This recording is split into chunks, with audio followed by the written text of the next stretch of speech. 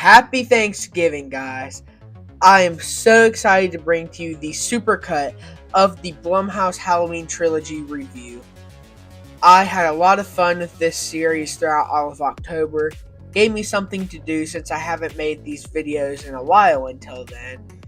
And so I compiled all of them together.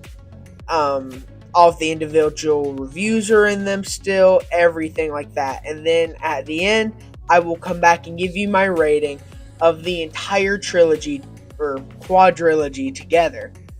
And yeah, hope you guys enjoy. See you in a few. We open up in the town of Haddonfield, Illinois. It's Halloween night, 1963, and we are looking through someone's eyes, watching two frisky teens. By the time we make it inside, the boy leaves, so we go upstairs and kill the girl, and it's revealed we are Michael Myers. 15 years later, it's October 30th. Dr. Samuel Loomis and Nurse Marion Chambers are driving to Smith's Grove to visit Michael. Outside, we find the loons on the road, and as soon as Loomis gets out of the car, Michael steals it.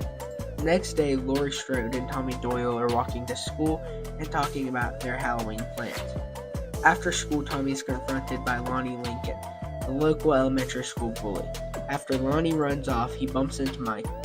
We cut back to Loomis finding a mechanic dead and Michael's clothes on the ground. Laurie is walking home with some friends and sees Michael stalking her. Eventually, she makes it home and sees Michael disappear from the window. We check in on Loomis at the cemetery and he finds out that someone stole Judith Myers' tombstone. Loomis goes to talk with Sheriff Brackett and discovers the store was robbed of a Halloween mask, ropes, and knives. Michael stalks the girls to the houses they're babysitting and gets out of his stolen car. Cut back to Loomis and Brackett in the Myers house, and after getting inside, they find a dog after Michael got to it, which leads to Loomis telling the sheriff that Michael is the pure embodiment of evil. Back at the Doyle house, Laurie is on the phone with her friend across the street, and Tommy sees Michael outside the Wallace residence. We cut back to Laurie's friend washing her clothes in a shed, while Michael plays peekaboo with her, but luckily little Lindsay Wallace saves her. Laurie's friend drops off Lindsay at the Doyle house so she can get some. When Laurie's friend gets into her car, Michael strangles her. Next door, Tommy sees Michael carrying her body into the house. A little while later, Linda and Bob, the boyfriend, arrive at the Wallace house. But shortly after getting there, Bob goes downstairs and is met with Michael Myers. After that, Michael cosplays as Bob the Ghost, and while Linda's on the phone with Laurie, Michael strangles Linda with the phone. We cut back to Loomis finding the car Michael stole, which leads to him roaming neighborhoods looking for Michael. After the phone call with Linda, Laurie gets worried, so she puts the kids to bed and goes next door. Laurie enters the Wallace house, walks upstairs, and she sees Linda's body on the bed with Judith's tombstone. Then all hell breaks loose. Laurie finds her friend's bodies and breaks down in tears just as Michael appears behind her and stabs her in the arm, which leads to Laurie falling down the stairs. Laurie books it back to the Doyle house, but Michael follows. Michael gets inside the house and tries to stab Laurie, but he misses, and Laurie lands a counterattack with a sewing needle. Michael gets up and chases Laurie and the kids upstairs. After an altercation with Michael, Laurie takes his knife and tells the kids to get in a room to call the police. When the kids run outside, Loomis sees them and runs into the Doyle house. Cut back to Laurie being strangled by Michael, but Loomis gets there just in time to shoot Michael multiple times until he falls out of the house. After Michael falls, Loomis goes to look outside, and Michael has disappeared. We see all of the main locations as Michael's breathing gets heavier and heavier. Then we cut to credits. I'm kind of scared for this part. I watched this movie for the first time last month because I wanted to do this video. Since then, I've seen it 3 other times, and I have some thoughts. First off, I really didn't like any of the cast, except for Michael. The kills are something everybody goes in looking forward to. But besides Bob, all the kills are just meh. I said at the beginning that I saw this movie 3 times to prepare for this video. And honestly, I feel like every time I watched it, it got worse and worse and worse. Which, if it's a good movie, sometimes even just an alright movie, you don't feel that way. You might feel it just a little bit, but not like this for me. I feel bad for dogpiling on this movie. So let's move on to my semi-positives. Michael Myers is a cool idea. He's just a fucked up kid that killed his sister for no reason and 15 years later killed someone just for stepping on his old home. It's the same idea the Strangers have. They don't have a motive. Overall, I understand why people like this movie, because it came out before Jason, Freddy, or Ghostface. It was also made by one of the greats, and I can see the appeal behind it. I won't be mad if anyone likes this movie, but the truth is, it's just not for me. I'm going to give it 2 stars out of 5. It's just not for me. I think for any horror fan, though, this is a movie you have to watch at least once in your life. We open up at Smith's Grove 40 years after he came home. Michael's doctor, Dr. Sartain, lets 2 podcasters interview Michael. Sartain took over after Dr. Samuel Loomis died. One of the podcasters has Michael's original mask, and he shows it to Michael, which leads to the loons going crazy. So crazy that we cut to a title card. We cut to Haddonfield, Illinois.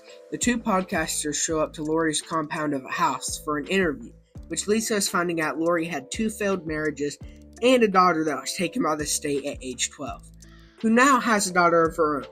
We then find out that Michael is being transported tonight.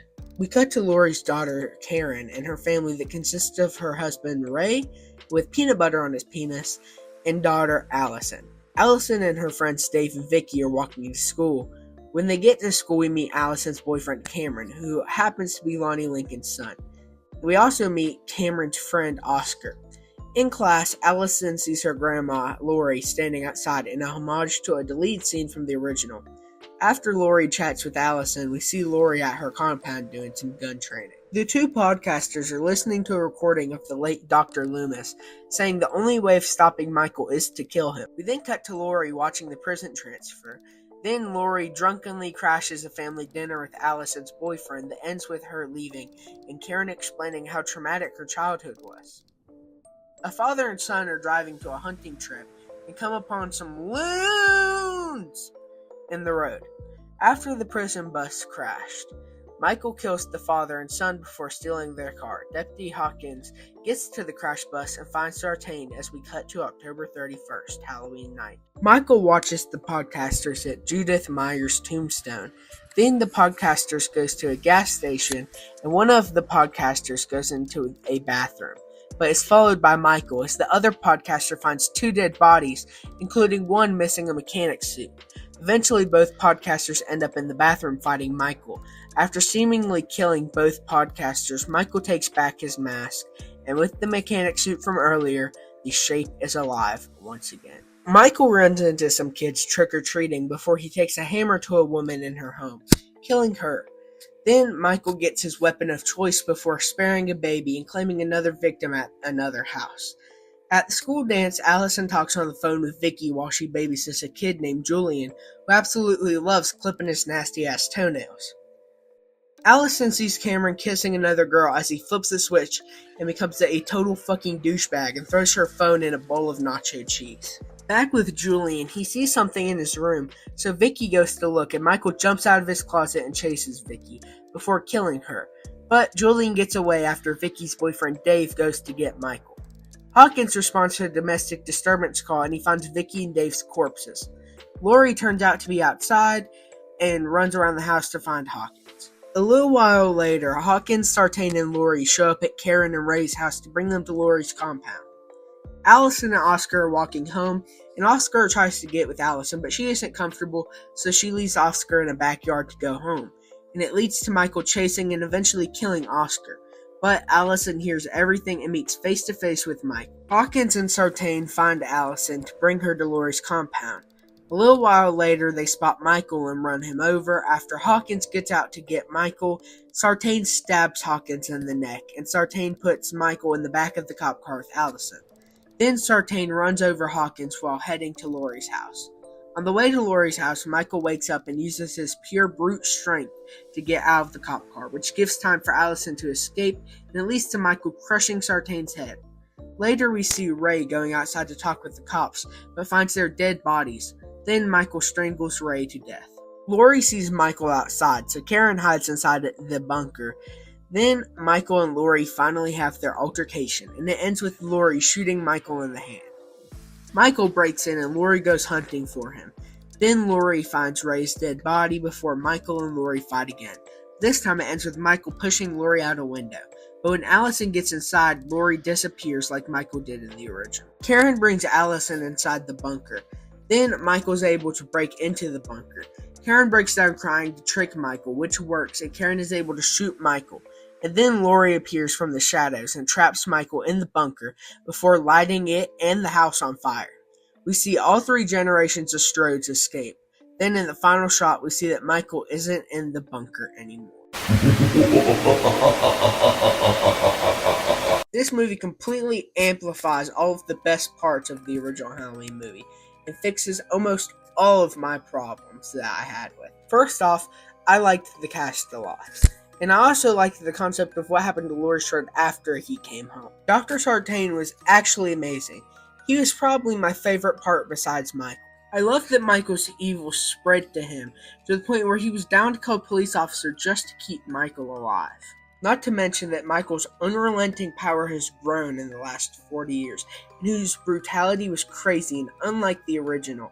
Every kill was amazing, especially Sartain's head stomp. Side note, everything involved with Laurie's compound was really cool to me, and my favorite part was when she was clearing the rooms and then dropped the cages down after she checked so Michael couldn't sneak up behind her.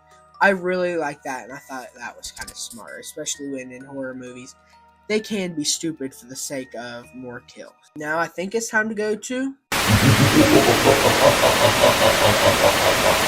Overall, I really enjoyed this movie, and in my opinion, it's miles better than the original. With that being said, I give Halloween 2018 4 stars out of 5. This is the Halloween movie, and I can't wait to watch the next one. We open up to Cameron walking home from the school dance and trying to call his friend Oscar, as we cut to Oscar's body still on the gate with his phone ringing in his pocket. Cameron finds Hawkins on the street, and he turns out to be alive, and Hawkins says Michael needs to die, and that he will be the one to kill him. We cut to Haddonfield, Illinois, Halloween night, 1978. We see Michael walking away from the Doyle house after Loomis shot him. We then see a young Hawkins finding Michael, but Michael still gets away. A bunch of kids bully Lonnie Lincoln before saying they're the Mulaney's. While Lonnie is walking home, he sees Michael, and then a little while later, Michael confronts Lonnie and gets away once again. Hawkins and his partner enter the Myers house and find the corpse of the dog. Upstairs, Michael attacks Hawkins' partner, and Hawkins accidentally shoots him. Michael goes outside as we hear Loomis off-screen, as we see Hawkins talking to Loomis himself. Then, Loomis walks outside to see Michael surrounded by cops, as we cut to a title card. At a bar on Halloween night 2018, we see an adult Tommy Doyle and Lindsay Wallace. We also see retired nurse Marion Chambers. Tommy goes on the stage at the bar and tells the story of the Shape, as we see flashbacks from the original movie. We see the 3 generations of Strodes in the truck watching firefighters going to Laurie's burning compound. We cut to the compound and we see Michael killing a firefighter at the Halligan bar. Michael then emerges from the house and kills all of the firefighters before escaping into the neighborhood. Laurie is rolled into the hospital. We then see Old Man Brackett.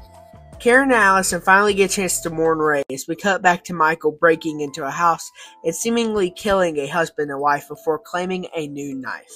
At the bar, we see adult Lonnie Lincoln getting a call from his son Cameron about the attacks, so Lonnie leaves to go find him. The rest of the survivors see the attacks on the news. The bar starts chanting "Evil dies tonight" as Tommy goes to kill who they think is Michael, before the unknown suspect drives into a wall and disappears. As we see, it's not Michael, but one of the Smiths Grove loons. We meet 2 men named Big John and Little John, and after being pranked by some kids that look oddly like the Mulaney's, it's revealed the Johns live at the old Myers house. Allison and Karen are interviewed by the police. Then the police tell them that Michael's still alive. Allison rejoins Cameron to join the mob and hunt down Michael after leaving a knife with an unconscious Laurie. Lindsay's group goes to warn some kids at a park, but Michael's already there holding a decapitated kid's head. Michael attacks the group and kills 2 doctors and Marion Chambers. Michael chases Lindsay, but she eventually escapes. Lori wakes up and Karen realizes Allison is gone as Hawkins is rolled into Lori's room. Lonnie's group meets up with Tommy and they find Lindsay's car and the dead bodies. Allison comes across Lindsay, so Tommy brings her to the hospital.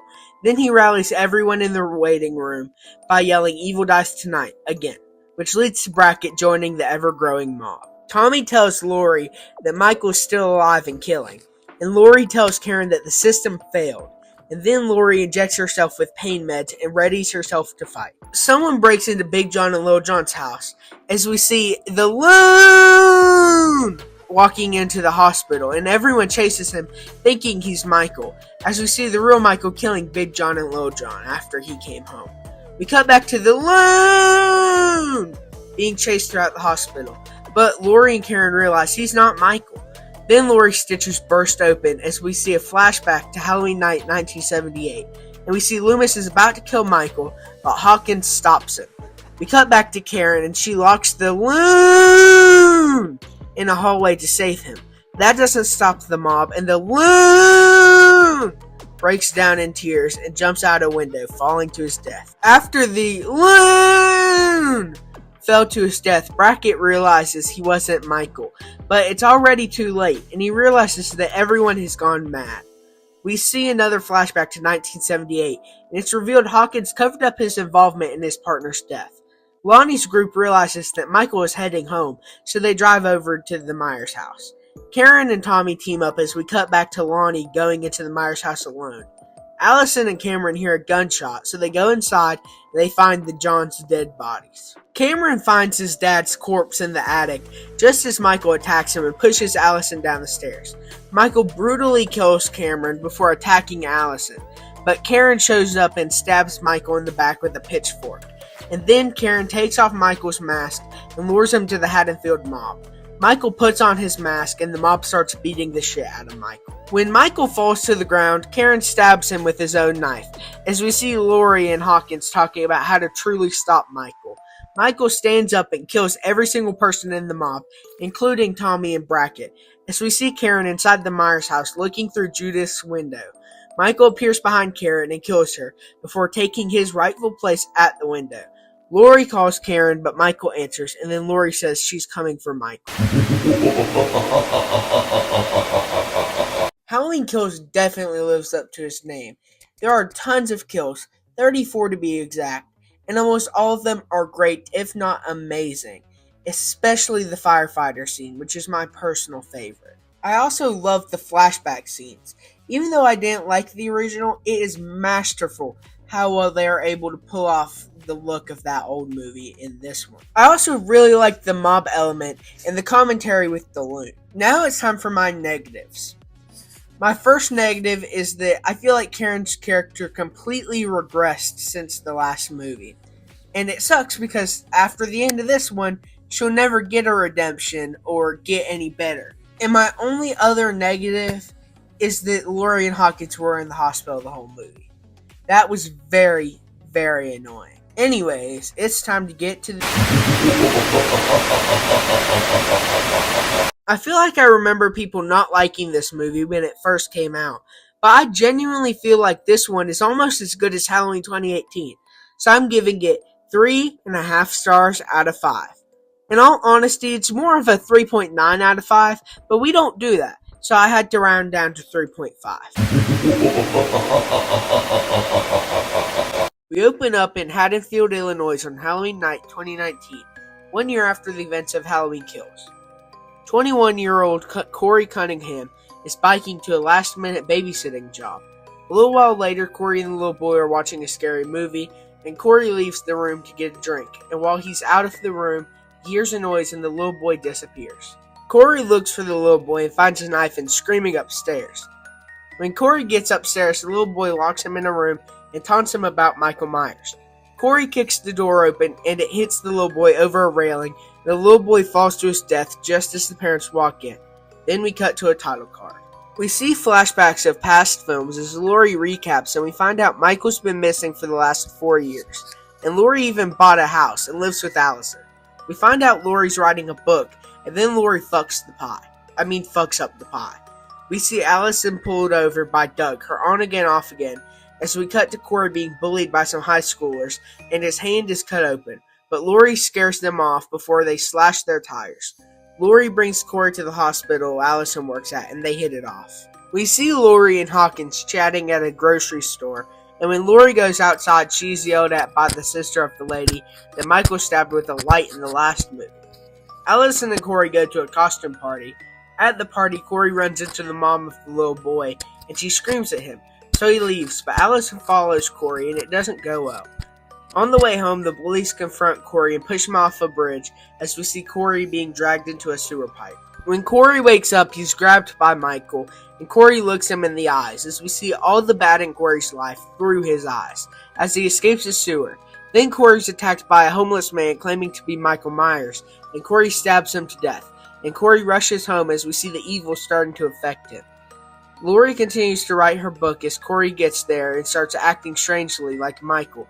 Allison and Corey take a walk, and Corey tells Allison he killed someone.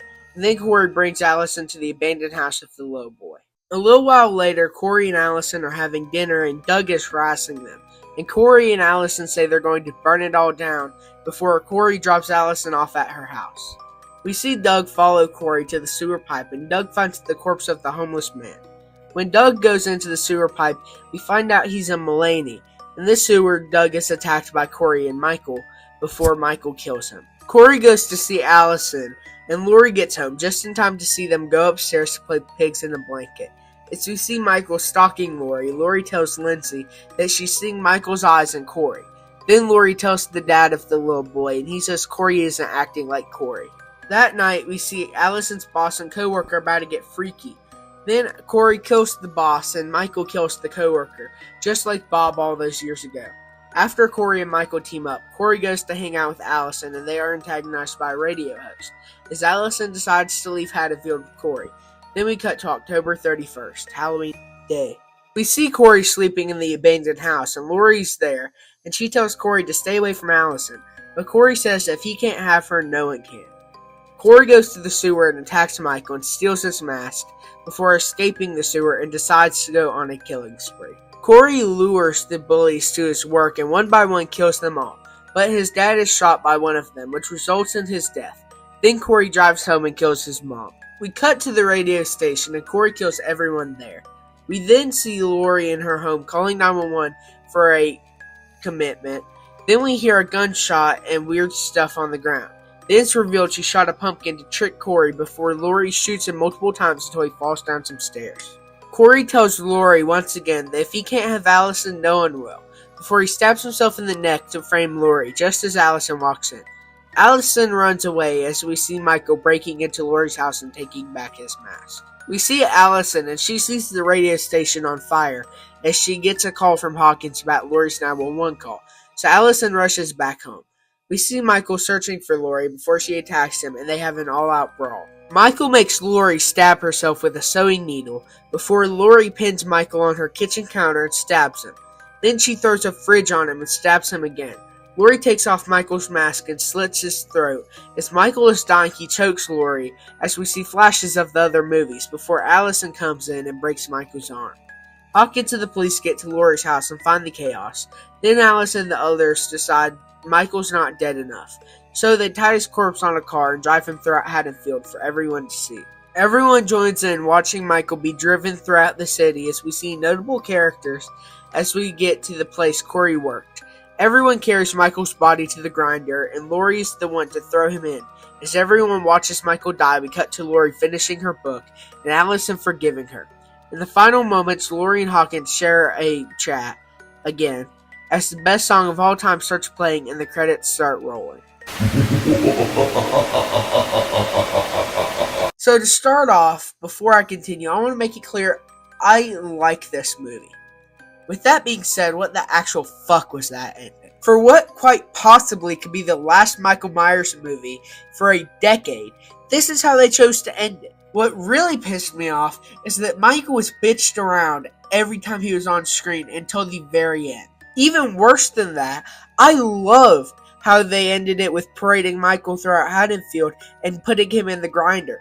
But it just didn't feel earned. Because one, he wasn't in the movie a lot. And two, every time he was bitched around. Now for the good. I really liked the character of Corey Cunningham. I thought he was a nice addition, and I really liked the turn of how someone can turn evil just by being in the presence of Michael. But I do wish they at least hinted at him in the prior two movies, because you introduce him in the last movie and then kill him and make him this big character when we just met him in this movie. With that being said, that's about all for my positives. Let's move on to... This movie is enjoyable if you don't think about it. But if you do, it gets kind of infuriating. So I'm going to give it 3 stars out of 5. I'm back. I hope you guys enjoyed all that. Now we're getting into the ratings for the entire Blumhouse trilogy. Not going to do any fancy things, we're just going to go on with it. For the entire Blumhouse trilogy, I am giving it 3.5 stars out of 5. It has its ups, it has its very, very low downs. But overall, I think it's the best Halloween franchise, trilogy, quadrilogy, whatever you want to say. All the different timelines there are, I think this is the best one. The best out of the 4 is obviously Halloween 2018, but the worst, unfortunately, is the original Halloween. People have talked up this movie, and I hadn't seen it until about a few months ago. I watched it with a friend, and I didn't think it was terrible. In first viewing, I probably would have gave it like a 3.5. But after rewatching it so many times, because I watched these movies like 3 or 4 times for the review, I don't think it's that good or rewatchable. Michael's only in it for a little bit, but when he is, it is very good. So, I know that's going to be controversial. Anyways, guys, I really do hope you enjoyed. Have a happy Thanksgiving. I hope these 4 episodes of Stranger Things that dropped, or would have dropped yesterday, aren't tearjerkers. Obviously, I don't know yet because I'm recording this like a week in advance. But, yeah. So, I will see you guys next Friday with my review of Five Nights at Freddy's from 2023. Yeah, see you guys.